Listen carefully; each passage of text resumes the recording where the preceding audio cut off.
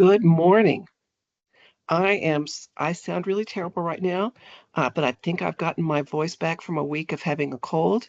And I'm so excited to be with you to talk about CWOP a little bit this morning. I'm hoping a lot of folks are tuning in. Anybody who is willing to turn their camera on, that just makes me feel better and less alone as I'm making this presentation. Um, and I respond well to feedback. I love a random heart reaction or a thumbs up if something resonates with you. They say, yeah, that really does sound right to me. So any of that would just be wonderful. Oh, I love it. See that I am prone to encouragement. Sorry, All Lauren, right, I forgot to mention we turned cameras and mics off just for these big webinars to help that out, makes but sense. the chat is still on, so All right, well, we'll get some I'll take feedback the in. hearts, and I see the hearts already. That makes me happy. I will take that. And we've got great people who are taking notes. I'm believing there'll be time at the end to take practical questions. I'm known for just trying to include way too much in a presentation, and I just love this stuff. I love the kids that we're serving, and I love the opportunity to spend time with them while they're a kid without placement. So I'm going to try to dive right in. But I will start with just one big impression. I'm going to say a little bit about me in a minute, but I've only been at DFPS not even quite 2 years. I've done some other things before this, and I've just had the best impression of staff that work at DFPS. Um, the staff are just so smart and caring and hardworking. Y'all are just amazing people, and y'all have a lot to do every day. So the fact that you are here tuning in to even talk about CWOP, I think that's just wonderful too. So thank you so much for being here. And so with that, I am going to dive right in. Here's a little bit about what we're going to talk about today, just by way of an overview of why. Why is this important? Um, why is it important to have this conversation? I'm going to talk a little bit about some strategies that we found has been really helpful of listening, engaging with youth, and trying our best to empower youth. The importance of starting off on the right foot. I'm just giving you our best tips and information that might be useful. Talk a little bit about activities, talking a little bit about some things to avoid. I think there's some really practical tips that can really help your shift go much more smoothly when you're working with kids without placement. A little bit about de-escalation. I'm a real believer. There's a lot of things we can do way before we get to an escalation point, but in the event you get there, I want to talk a little bit about that. And then pulled out a couple of common scenarios that sometimes come up of being challenging when you're working a shift. And so we'll talk about that. And then I presume there'll be plenty of practical questions on the tail end, unless I've done just such a great job that there's no questions left to be had. A little bit about me. That's what I look like when I haven't had a cold for a week and I still had a voice. Um, but I haven't been here at DFPS that long. I spent about 30 years working, a lot of that at HHSC, doing my darndest to have the best possible community mental health and substance abuse services. I started off my career with folks with intellectual disabilities, worked in group home settings, and just done a lot of things. And just I've had a goal for a long time to get to take some of those things that I've learned and some of the challenges, frankly, of our system and do everything I can to put that to the benefit of DFPS. So couldn't be happier to be here. And I tell you, of all the places I could have landed, I couldn't be happier than have gotten to be spending the last year and a half getting to work so much with great staff and people really working for kids without placement. So I will dive right in to the meat. Why? I started to think about this presentation, and there's a lot of different, really practical reasons why this conversation is really important. And I'll start with the thing that even if we weren't trying to get to place kids to placement, um, I really think there is value in bringing kindness to kids in a really difficult moment. It's a difficult thing for a kid to be removed from a placement. It's a difficult thing to not really know where you're going next. And so I think every shift a person works with a kid without placement, every interaction you have with a kid who's in that circumstance is an opportunity. It's an opportunity to bring your kindness, and everybody's got their own style and their own flavor. There's Everybody has something they can bring that no one else can bring. Your kindness, your fun, your attention, your praise, your encouragement, your support, all of those mean more than you may realize to a kid without placement. And truly, your interaction with that kid may be the highlight of that kid's day. So it may have been a really rough day. They may not have been able to get themselves out the door to go to school. They may have gotten some tough news. They may be really struggling to do some things the team is hoping for. Um, to have that moment of your kindness and your attention really can make a big difference for that kid. There's a practical consideration here too. We really want to get our kids to the best possible placement, and we want to have that happen as quickly as possible. And to my mind, there's two really big impediments to that. So if a kid's really struggling while they're without placement, right, they're in a hotel and one of these other kinds of settings, that if things are not going well, right, and they're becoming increasingly physically aggressive, if they're going on run events, if they're using substances, all of those things are additional things that are going on that child's record that's making it harder and harder for them to get a placement, much less the kind of placement they may be really hoping for. So everything that we can do to help those children be in their very best place and be as de-stressed as possible, and there's limits, of course, right? But doing everything we can to help them be their best helps them have their best options. And to the extent that the children are doing better, they're de-stressed, they're in a better place to be receptive when they do get an offer, because that can be a really difficult thing to make it through an interview or a meet and greet. It can be a difficult thing to really take a positive attitude and a hopeful attitude for moving forward to placement. And my experience has very much been every effort that everybody has to listen to the youth, to really engage with them, has a real impact on their stress, their anxiety, the likelihood that they're going to have some of these incidents that are really an impediment to moving forward. So, from a practical perspective, I hope the golden retriever will stay with you. I tried to find what is the most straightforward way of representing what I think really works well with our youth. Um, I will acknowledge. So we've had, I guess, at one of the one of the CWOP locations that I currently operate with a team of staff. Um, Fern House. I think the things that we've learned, I think, apply a lot of places. So I'll start with the acknowledgement. As the director of Fern House, I do make a personal effort to go and meet personally young men as they arrive. And so I meet as many of them as I can. Um, every so often, I get it. You will be greeted with an FU. Who the heck are you? Um, but we serve a lot of very complex needs kids, and that is really, really rare. I really try to come in with that very positive energy. I really try to give that kind of open golden retriever energy, right? Available and energetic, but not demanding if it's not the right moment. And I tell you, 9 times out of 10, I really do get a very positive reception from the young men we've been serving. I try to think about what are a few practical things to think about.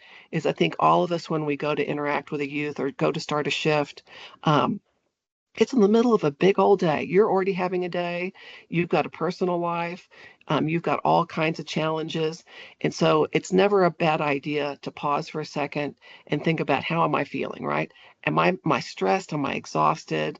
Am I, is there any part of me that's resenting the fact that I've got all these things to do and here I am heading into a CWOP shift? I think taking that minute to kind of self-assess and figure out where you are and be in the best possible place as you're kind of heading in. Because I think, boy, these kids are really perceptive. And so everything you can do to be in that best possible place of, hello, I'm so glad to meet you. This is my name. How are things going? I am here to make this, this part of the day, go as well as possible. Um, I think about preparation. um, if you've had a fancy day where you've been in court and you've got the fancy heels or you've got the nicer outfits on, you may want to have a change of clothes so you are in a position, right, where you can go down to the gym, you can go for a walk, and you're not going to be super uncomfortable and saying, gosh, am I going to sweat up this outfit here? If you're able to bring a pack of cards, if you're a person who's comfortable with dad jokes, right, to have a dad joke in your bag. And sometimes we also have staff who'll just whip out the map to figure out what are some things that are close by this location that I'm heading to. Um, I did get a laugh for that one, so that's good.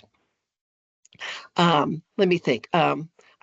I think that's it. But I think you can't underestimate the power of those first few minutes of knocking on the door, asking if it's okay to come in, asking if it's okay to introduce yourself. That those first minutes are really critical with our youth. Um, the main strategy that I think is important, and this is going to seem really kind of straightforward and obvious, but it's a big part of what if you go to a motivational interview or training, that you'll spend the better part of a day and a half really practicing and honing your skills. And I'll say this, if any part of this presentation sounds intriguing to you, I would really encourage you, if you're interested, to sign up for one of those motivational interview or trainings.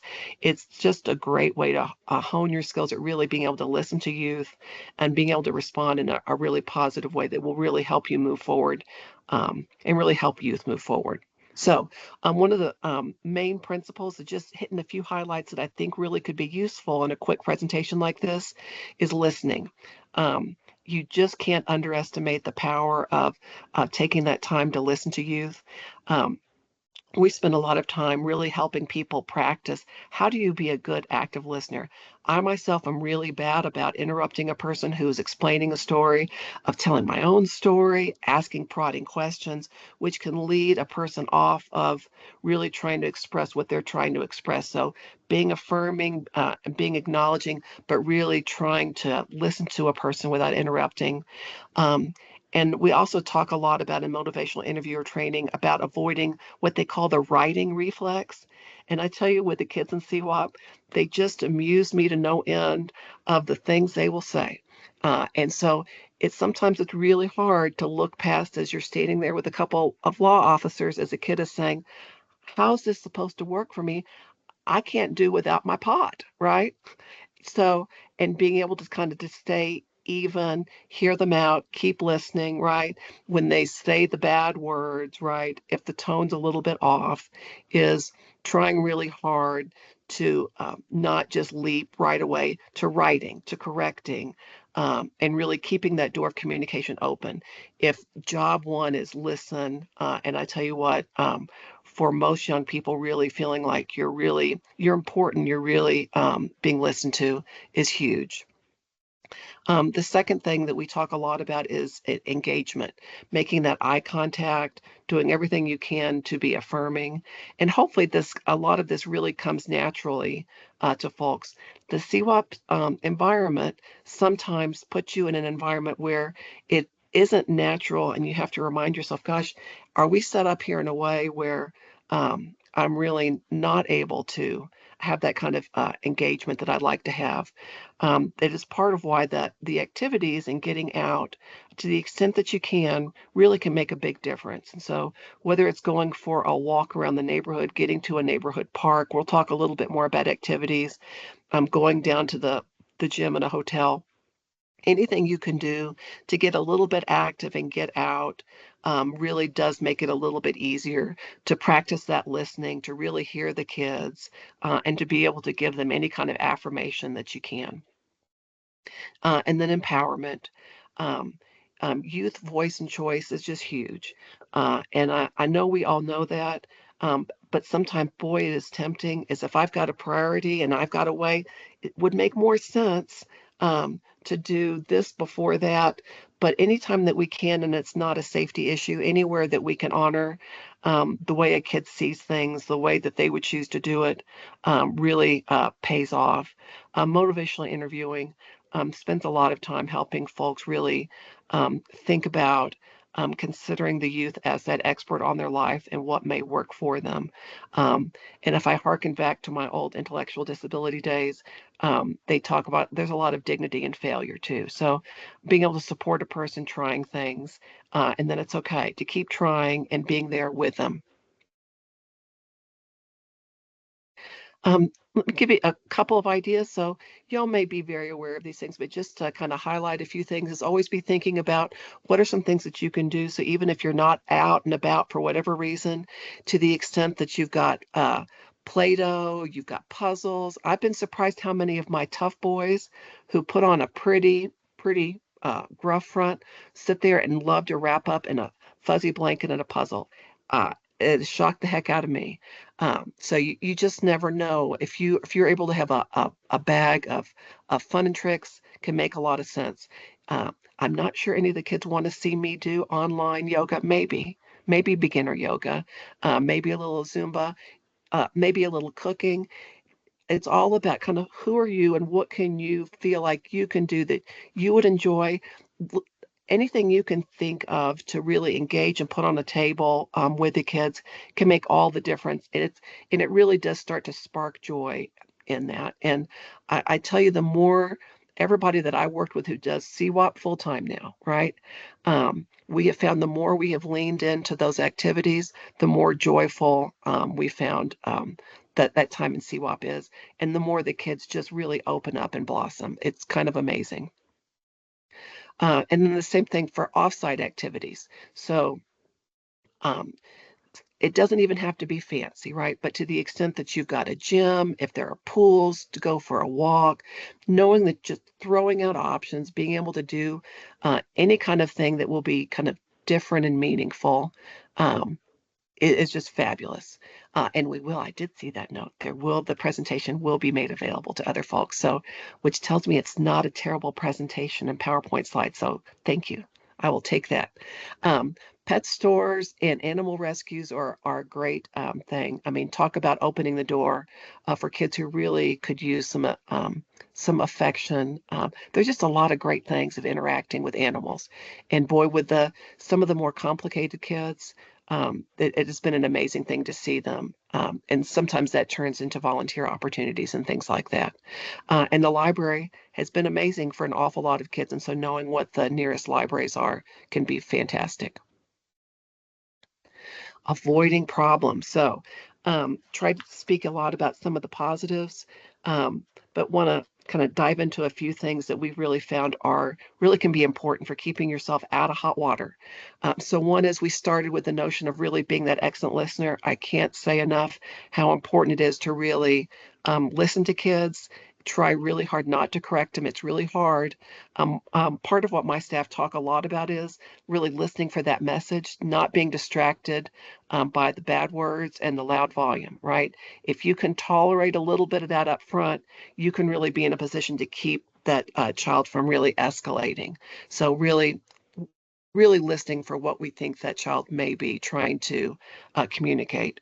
Um, I also have a big caution for, and it's just so tempting, right? Is when is that time? When is the best time for a kid to kind of hear a lesson, right? So if you can tell they're already really trying to communicate, they're struggling to communicate things, they're a little loud, they may be using bad words, I would caution you against that's not the time to be demanding respect. And those are, that wasn't said with great manners, right? Not great language. To my book, you let that go for a minute, right? Um, you let it go for another moment. If you've got a relationship with a kid, when you're in a calmer moment, you may have that moment later on to talk a little bit about some of those things. Um, but if things are heated or a child is really struggling to communicate, that's probably not the moment to talk about those things. I would really encourage everyone, and it's probably not a bad thing for life in general, is avoiding distractions to the best of your ability. Those laptops and notes and phones. And I even put on here the latest gossip. I tell you what, the kids, they listen, right? When we talk to each other, when we're talking to security, um, is um, when the focus is on us and our agency or team drama. Um, um, that may not be where you want the attention's not on the kid, which is what I think we're all hoping for. And we've even had times where we're really excited about that playoff game that's on the TV, and that's not really what's important to the kid right now. Um, that can be a challenge. And so the last thing you want is a child to feel like, gosh, here I am in this room. Um, And I'm for sure not the most important thing in this room. That it's the TV, it's the device, it's other kinds of things. And so it can really be a powerful message to send to a kid. You are super important, and that's why I'm here, and I really do care. Um, I would also encourage folks to, we're emphasizing activities, we're emphasizing attention, and and I saw the exception for the Cowboys, so that's true. If it's the Cowboys, it's really okay. Everybody understands. Uh, is to minimize stuff. To my mind, it's all about balance.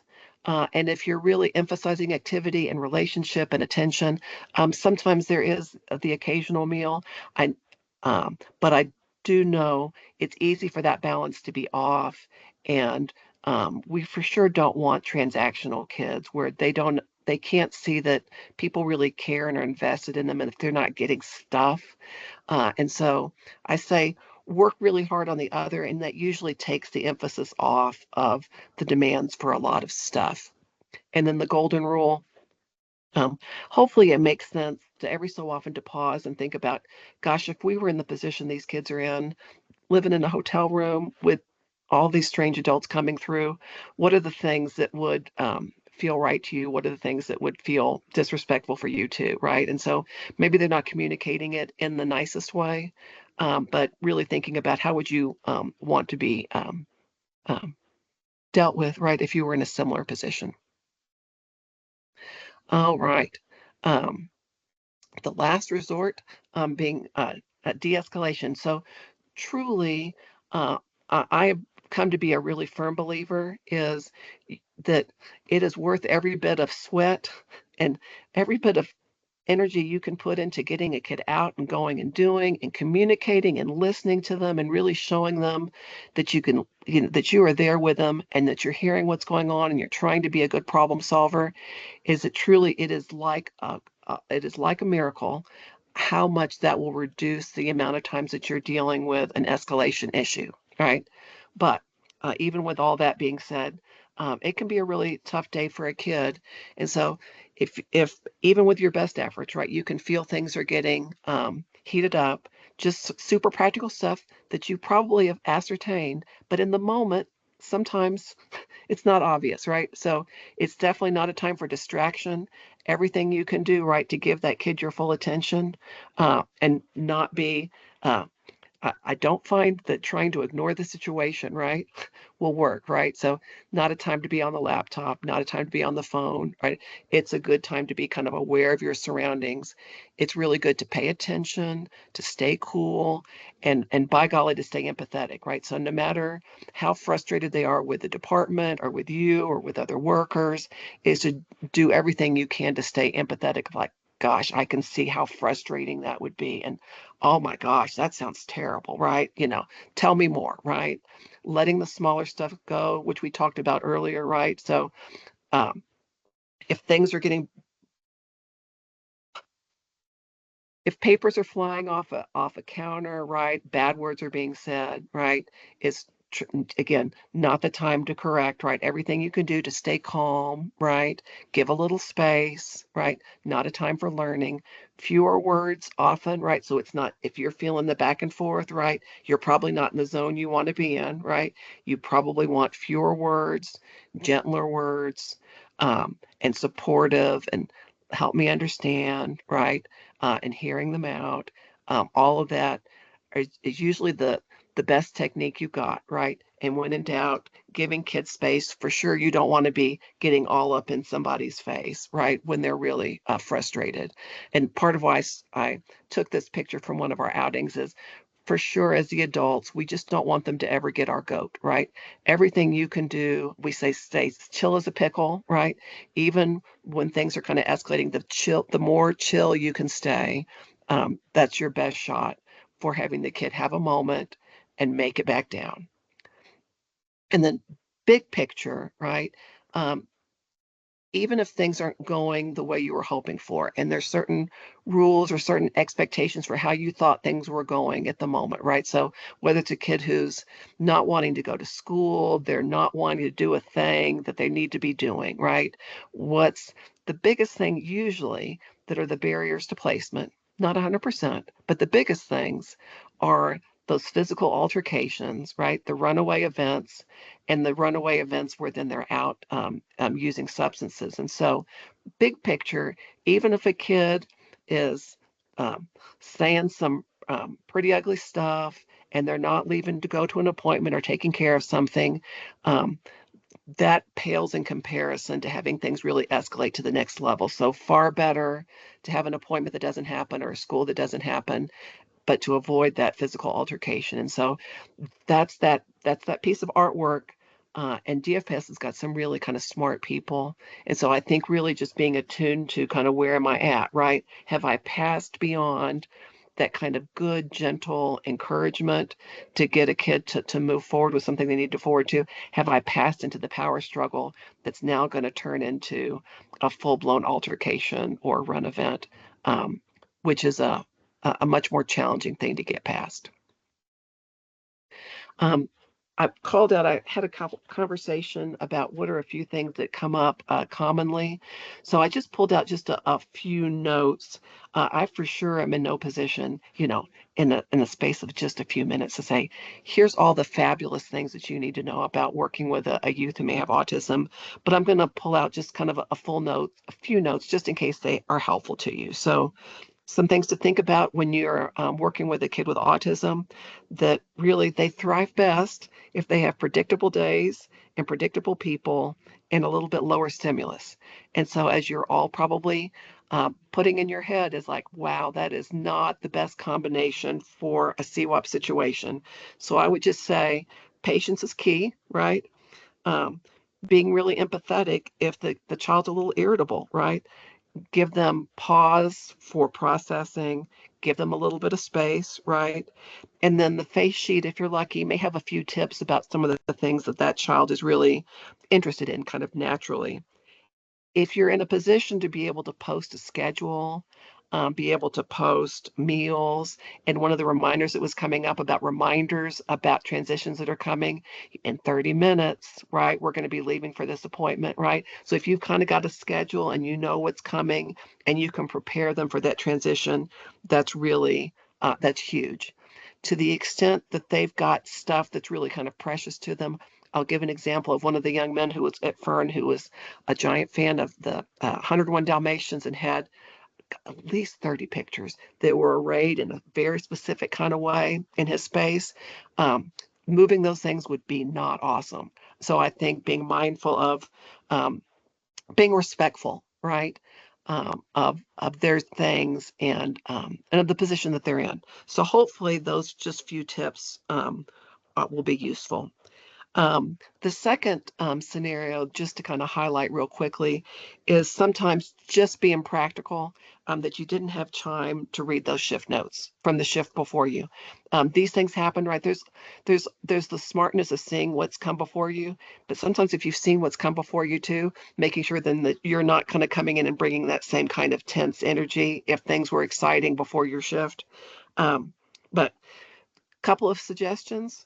So for sure, if you didn't get to read those shift notes, I would not suggest that you ask the staff and security anywhere within earshot, and you would presume you're within earshot of that child, how things went, right?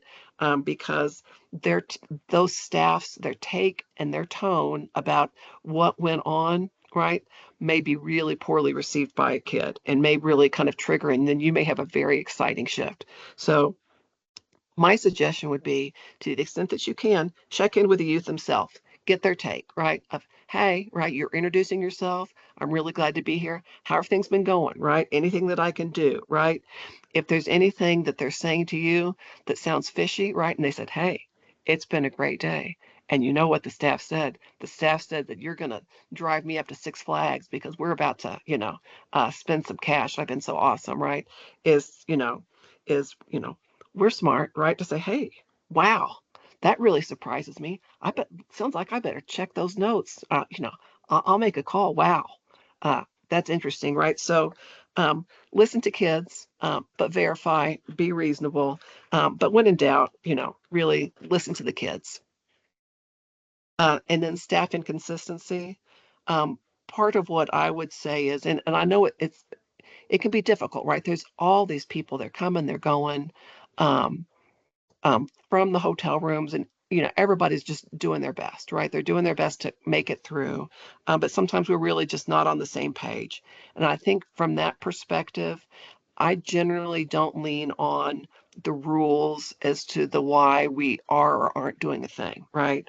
Um, is I try to know what we're trying to do. I do try to look at what that face sheet says, what the notes say I'm supposed to be doing, what I should and what I shouldn't do.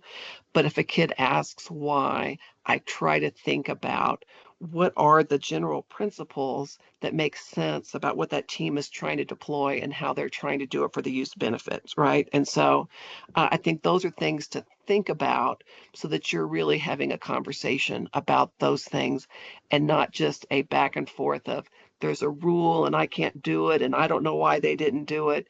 Then we've got the kid then in our own staff drama, right? And that's not the place we want to be at. So know what those rules are. Try to be the consistent ones, right? But also, try to put that into perspective. I think, right, with the kids of, well, why do you think that your team doesn't want you to have access to the electronics, right? Are there issues with that, right? Are there issues with placements don't generally allowing it, right? And I know that people are worried about kind of safety and your best interest, those kinds of things. So, um, yes, and I think just doing your best to stay in the zone, right? Is that you know, I care about your well-being, your team cares about your well-being, and being as empathetic as you can, and especially being empathetic about how confusing it can be if a kid says, well, some say yes, some say no, and just being able to empathize without arguing that, yeah, I can see how that would be confusing, and trying not to find yourself um, defending yourself, defending the agency. Let me explain to you why it's so hard to work for DFPS and be a caseworker, right? That's never the place that you want to be, in my book. All right, so we are almost done. Just to recap some of the things we've talked about, takeaways. Really important to do everything you can. Everybody's got their own style. Figuring out what do you think is the best way that you can start off on that right foot with the youth, doing your darndest to be a really good listener, engager, and empowering everything you can for getting those youth needs met. And sometimes that's a quick email to the caseworker to say, hey, this thing came up. This would be a great thing. Anything I can do to help make that happen. Um, be ready to be active and engaged. I tell you what, there is nothing more powerful because I see it all the time. I see staff walk in and say, hey, I got my sweats. I'm ready for our workout. I know you love to work out and I am ready to go, right? Having that kind of energy and being able to pivot too. If they say, gosh, I feel more like a library or more like a walk, that works. I'm in. Let's go. Um, it's really very powerful.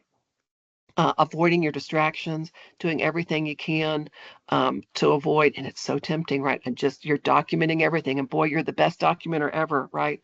But being really mindful of everything you can do to invest as much of that time in that face-to-face contact and really engaging with the young people. Um, we didn't really mention much of this, but hopefully it makes sense to you. Anytime you can catch even the smallest bit of them being awesome, makes all the difference. Just being able to affirm everything positive that you see for these kids is just huge. They get a whole lot of feedback of areas where they're coming up short, areas where, oh my gosh, you're getting close to 18. Don't you understand how important these things are? It's really affirming every positive step and everything that they're doing can be huge of helping really energizing them to take steps to move forward. Um, Again, when things get hot, right? Pay attention, stay cool, stay empathetic, and let everything you can that's not just a major safety issue go. And when in doubt, just stay calm as you can and not go right to, hey, right, if you don't do X, I'm going to have to call 911. That's generally not your best go-to move for helping a kid kind of de-escalate themselves. Um, and then again, if things are getting hot, a little space and time is magic. You can always fix a hole in the wall. Nobody wants a hole in the wall, but that's a much safer place than having a kid who's just kind of so irritated, right? That they're interacting with kind of a staff in a way that we're not hoping for. Again, when a youth is irritated, that's not the best time for learning and feedback, and fewer and gentler words may help. And so I'm hoping, big picture as we go through all of this is, I've really found, I've just been kind of amazed. DFPS has got just amazing people. And I've really found these things that I've just been talking about, um, has such an amazing impact on our young people. And um, if you can look behind the occasional bad word, right, and a gruff exterior, they're just awesome, right? I mean, we have such funny and interesting kids. They've been places and done things, and had experiences that, um, it is, I don't know, it's made my life better getting to interact with these kids. I just care about them a lot, and um, I know we all do. And so I think it's a real honor, that we get to spend this kind of one-on-one time, with them to work these shifts. So I'm going to share one last thing before the thank you is, I realized, a few weeks ago as I was trying to put together, gosh, what do I tell a person? What do I tell a person? Because, we've just loved, these kids, when we work with them at Fern House, and I send some of my staff out to work in hotel shifts as well, um, and trying to figure out what are the things I can give people? What are the things we've learned that's worked so well for us? And I happened to look up on the wall, um, at this poster that had been there kind of all along, and I think it's got a really, important message, right? Is I think sometimes we underestimate, um, little things, right? Like laughing with the kids, singing songs, dancing, playing games, right? Is those are the kind of ways that we really connect with our kids. And I think it's just really important when a kid is in CWOP, it's a really difficult time for them. And I think, um, listening and the playing and the singing, all that really is a really concrete way to show the kids they're really not alone, right? That we really do care. And I don't think you can do that too much. And so I do think Brene Brown has got that, just right. So with that, that is the end of my formal presentation. And so I am, not technically fabulous, but I'm going to stop sharing. And I believe that means someone's going to help me with questions that'll be coming through. Yeah, we are. Thank you so much, Lauren. Oh, there I go. Thank you so much for the presentation. That was amazing. If there are any questions that you would like to ask Lauren about her presentation today, could you please drop them in the Q&A?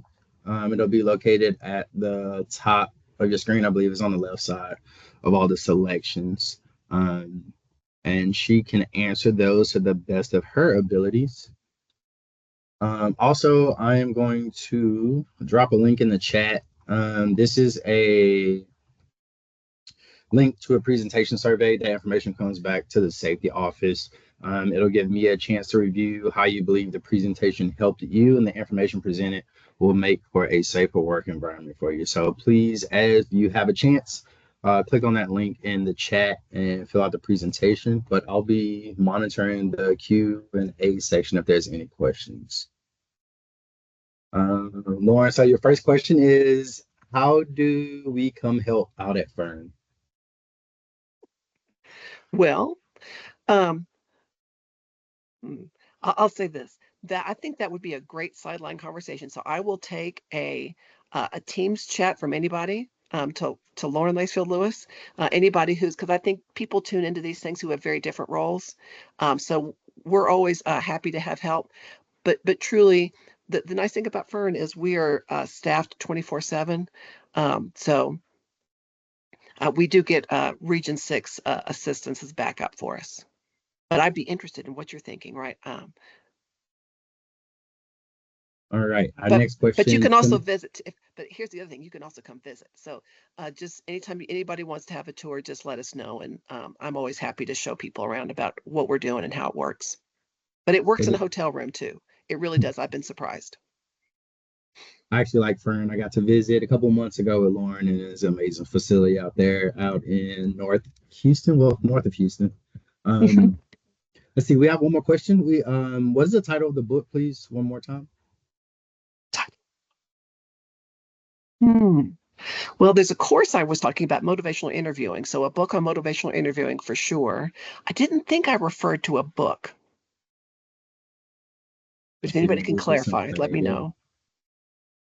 Andrea, can you give me a thumbs up if that answered your question? See it come across. Yeah, yeah, good. Just monitor in the chat. Well, doesn't look like we have any more questions in the chat right now, but I'll stay online and monitor it. We'll do another 4 or 5 minutes. We'll try to wrap the presentation up at 11:45 to give everyone some time back. Lauren or Danielle, do you have anything else? I'll say one last thing is I occasionally, when there's a youth that is particularly having a hard time in CWOP, right? That we only have so much capacity to do it, but we right now we've got somebody who's assigned full time to one of the regions, and we do kind of special focus teams for a kid who's maybe in a hotel room to really try to apply some of these principles and really try to corral the people within the region and to take a different approach when a kid's really challenged while they're in CWOP. And so if you're from a region that wants to have that kind of conversation, let us know. And we'll do our best to see if we can make something like that happen. If you've got a kid who's just stuck and really having a hard time. Um, and come to motivational interviewer training. So I got really excited to have staff who got trained as trainers, and so we've been just pushing those out to the regions, and we end up talking a lot about how do you apply those principles kind of day to day. Um, it, when you're working a shift or any kind of interactions you're having with our youth. So would love to have folks participate. And some teams have gone and said, I love this so much. I want my whole team to do this training. And so little by little, we are cranking out little classes of 15 people being trained in motivational interviewing. I would love to have anybody who's interested. I think those are my final words. And just thank y'all for being interested, right? Not everybody's a CWOP. I would love to hear some wisdom. Hopefully there was something hopefully there was some wisdom, and I sure do wish we had a girls' house too. But right now, we have a boys' house, and because I do care about the girls, that's part of why we started shooting out some Fern staff out to the regions, so that we could do a little bit of work with some of the girls.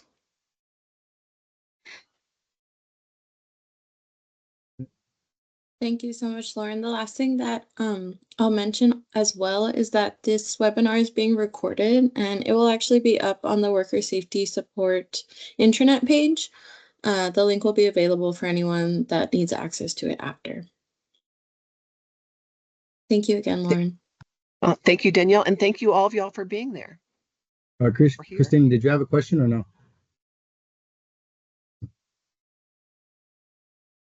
All right. I'm gonna check one more time. We'll send out the link with the PowerPoint presentation here as well. Okay. All right. If there's no other questions, we'll go ahead and wrap this presentation up. Thank you again, Lauren, and to everyone that attended today. Thank you. Y'all are awesome. Thank you. All righty. Bye.